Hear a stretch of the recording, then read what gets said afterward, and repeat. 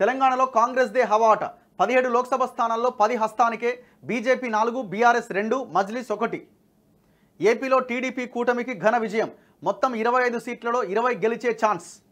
ఉత్తరాదిన మళ్ళీ బీజేపీ ప్రభంజనం పలు రాష్ట్రాల్లో కమలం clean sweep ABC C voter opinion poll తెలంగాణలో బీజేపీ 8 సీట్లు గెలుస్తుందని నెట్వర్క్ 18 సర్వే వెల్లడి సో ఈ సర్వేలు ఎంతవరకు నమ్మాలనో పక్కన పెడితే మొత్తానికైతే ట్రెండ్ అయితే అట్లనే కనిపిస్తున్నది ఎందుకంటే ఇడ వెరీ క్లియర్గా బీఆర్ఎస్ అన్నది థర్డ్ ప్లేస్ దాంట్లో ఇంక ఎలాంటి డౌట్ లేదు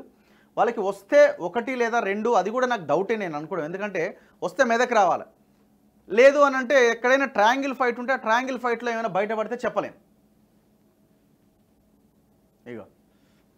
వచ్చే లోక్సభ ఎన్నికల్లో తెలంగాణలో కాంగ్రెస్ పార్టీ 10 స్థానాలు కైవసం చేసుకోనుందని ABC C voter opinion poll అంచనా వేసింది మొత్తం 17 స్థానాల్లో బీజేపీ 4 బీఆర్ఎస్ 2 ఎంఐఎం 1 స్థానం గెలవచ్చని పేర్కొంది ఎంఐఎం 1 గెలుస్తుంది ఎట్లాగో మిగిలిన 16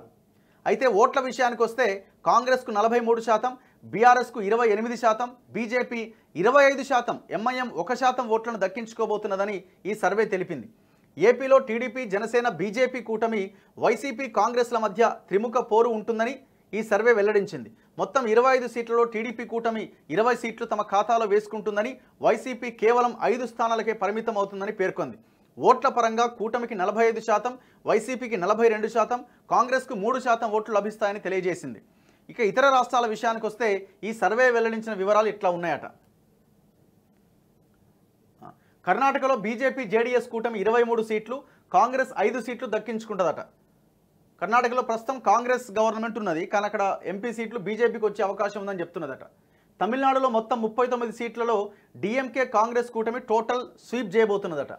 అక్కడ బీజేపీ ప్రభావం పెద్దగా లేదు కేరళలో ఉన్న 20 సీట్లలో 16 సీట్లు కాంగ్రెస్ నేతృత్వంలోని యూడీఎఫ్ గెలుచుకోబోతున్నది మిగిలిన 4 సీట్లు వామపక్ష కూటమి కైవసం చేసుకోబోతున్నది బీజేపీకి 1 స్థానం కూడా ఇక్కడ దక్కే అవకాశం లేదట కేరళలో ఇక దేశంలోని అతిపెద్ద రాష్ట్రం అత్యధికంగా 80 సీట్లను కలిగి ఉన్న యూపీలో ఈసారి కూడా బీజేపీ హవా ఉన్నది 74 స్థానాలు ఆ పార్టీ సారథ్యంలోని ఎన్డీఏ కైవసం చేసుకుంటుందట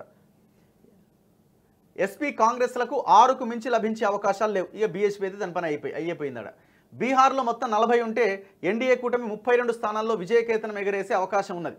మిగిలిన 8 సీట్లకే ఇండియా కూటమి పరిమితం కావచ్చు పంజాబ్లో మొత్తం 13 స్థానాలు ఉంటే రాష్ట్రంలో అధికారంలో ఉన్న ఆమ్ ఆద్మీ పార్టీ 6 స్థానాలు గెలుచుకునే అవకాశం ఉంది కాంగ్రెస్ 5 బీజేపీ అకాలీదళ్ చెరో స్థానం కైవసం చేసుకోవచ్చు ఇక 14 సీట్లున్న జార్ఖండ్లో 12 ఎన్డీఏ కూటమికి 2 ఇండియా కూటమికి లభించవచ్చట దేశ రాజధాని ఢిల్లీలో మొత్తం 7 సీట్లు బీజేపీకే వస్తాయట అక్కడ ఆమ్ ఆద్మీ పార్టీ అధికారంలో ఉన్న సో మొత్తం 7 సీట్లు బీజేపీకి వచ్చే అవకాశం ఉందట హర్యానాలో 10 స్థానాలకు బీజేపీ 8 కాంగ్రెస్ 2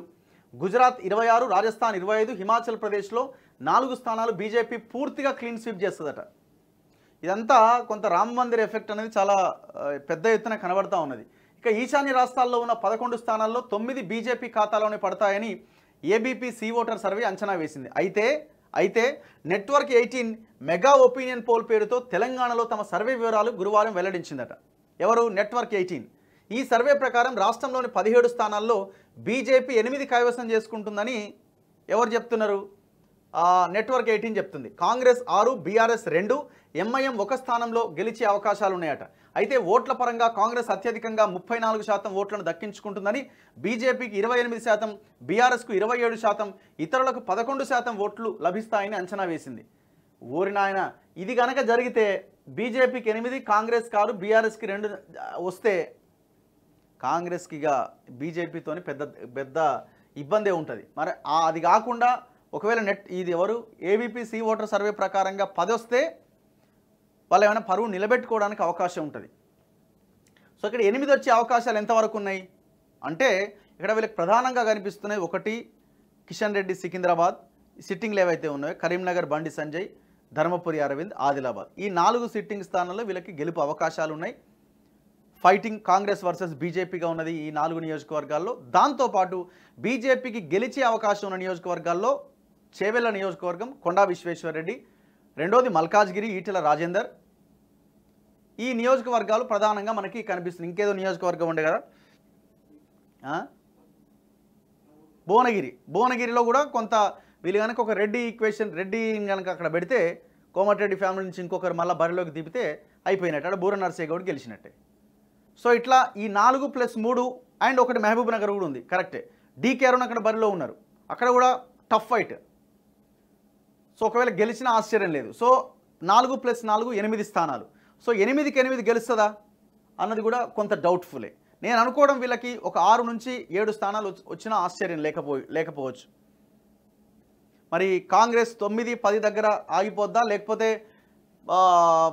మరి ఈ కాంగ్రెస్ హవా ఇంకా ఉండి బీజేపీకి ఇంకా తక్కువ సీట్లు వస్తాయన్నది మనం చూడాలి. ఏదేమైనా రెండు ఈ network 18 and ABP see voter survey రెండు పరస్పర విరుద్ధంగా ఉన్నాయి, చూడాలి. నెట్వర్క్ 18 సర్వే కనుక ఒకవేళ నిజమైతే కనుక కాంగ్రెస్కి భవిష్యత్తులో ఇబ్బందులు వచ్చే అవకాశం ఉంది.